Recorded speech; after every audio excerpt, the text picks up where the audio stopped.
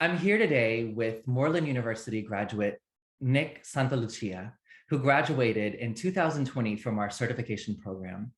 He's currently an ELA teacher in Ho Chi Minh, Vietnam, and is here to share with us about his experience in education and how Moreland University has supported him in achieving his goals. So thank you for being with us today, Nick. Thanks for having me, Joey. Tell us a little bit about your journey into education and what you're currently doing professionally. I came here to Vietnam just after graduating from Temple University. I got my CELTA in Philadelphia, then I came here. Always was doing the English teaching, test prep, work here. Greatly enjoyed it, but wanted to try something else. Went into copywriting for a year. That was ultimately quite a negative experience, and it helped me realize that I wanted to be in the classroom. That's when I found Teach Now. Not to offend anyone, but working in an office is pretty soul crushing and pretty immiserating. At least for me, it was pretty meaningless work. And I realized, I had to get out of that. And I said, okay, I'm just going to go back to teaching just to, fill the gaps, just to get some money, just so I can get out of this place. And when I was doing a demo lesson for one job, I realized, yeah, this is what I want to do. This is so much more fun. This is so much more meaningful. And then that was my background in copywriting. But like I've said, it's great to have that experience now. I read a lot of really good books that year, which I've brought into my teaching. And yeah, it was good to have something else, something not in the classroom.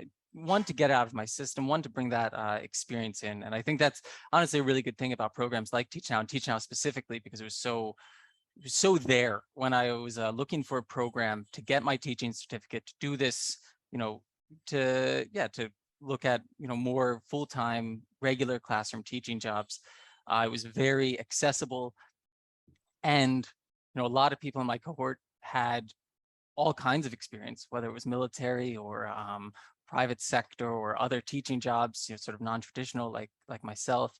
Yeah, it was great. It was great to, talk to people who did all kinds of things, and we're bringing that into the classroom. Well, you've shared with me that you're passionate about empowering non-traditional educators in obtaining certification. And by non-traditional educators, I think we mean folks who do not come from an educational background, but mid-career decide that they'd like to transition into the classroom. And that's something that Moreland specializes in. We support a lot of folks in transitioning into the classroom midway into their careers. So can you tell us a little bit about how Moreland University has empowered you as a non-traditional educator and enabled you to be able to be an effective teacher in your current work? And so I'm interested in people, like I said, whether it's military, whether it's private sector, something else, you get, you see things a different way. And so when you come into the classroom, you think maybe what I learned over here, I can do here instead. For example, my background, or rather that year I spent copywriting, I read a lot of it was in a, sort of a businessy role. So a lot of business books, a lot of sort of popular psychology books, things like this. And yeah, it was great. When I came into for example, I read a book on teamwork, several books on teamwork, and, used that in my writing. And when I came into the classroom, I said, wow, that is incredibly applicable here. How to make a team work. One, I'm a part of a team of teachers, and two, this class is really just a big team, and we have a big goal that we're all working towards. And I wouldn't have read that book had I not been in that previous role. And there are countless things like that. And as for Moreland, it gives us the vocabulary and the skills and, of course, the credential to engage in sort of to engage in education. I'm going to focus on standards because big credit to Carrie Valencia, who was my instructor for the practical and another module or two. Excellent. And Carrie, with every one of my lessons, she gave the comment, just put the learning objectives on the board. It's not that hard. And it was exactly what I needed to do. And it was that focus, it was direct. You how can you teach if you are not telling the students what you're teaching them, right? And it was very, very necessary and useful feedback. And we'll talk more about student engagement. The standards, clear learning standards, are the foundation for any schooling, I think. And so to get that feedback repeatedly, because I needed it repeatedly, I guess, was kind of probably the most useful thing I learned. And it sounds so simple. I know it sounds so basic, but a lot of teachers, and certainly I was one of them, still needed to hear it. And that's it's a great example of why Moreland is useful and what a non-traditional educator gets out of it. That this is the basis. This is the basis, and build on that. But here's what you have to be doing.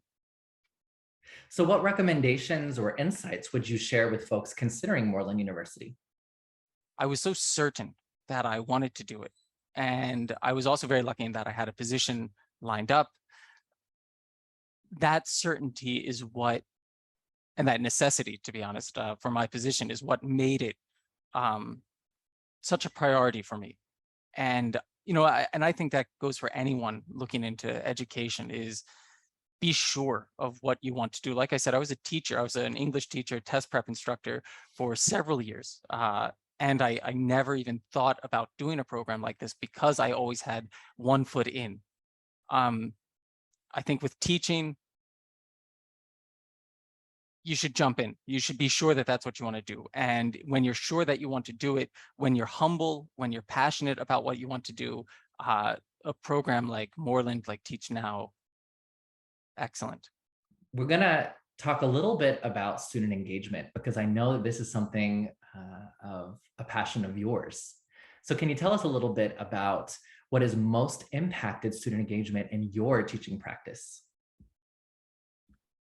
I'll stick with those same terms: direction, passion, and humility. The humility comes in. These students are people. They're young people, and you got to treat them like people. Part of that, I admit, is okay. Especially for more very skills-based courses, such as mathematics or even composition.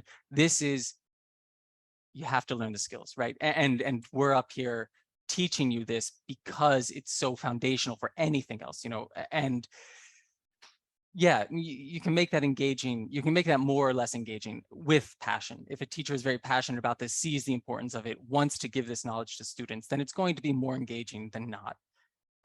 For other more content-based courses like English language arts, more focused on reading and composition and analysis, or even science or social studies, the humility comes in when you say, okay, I love this story, but you guys might not love this story.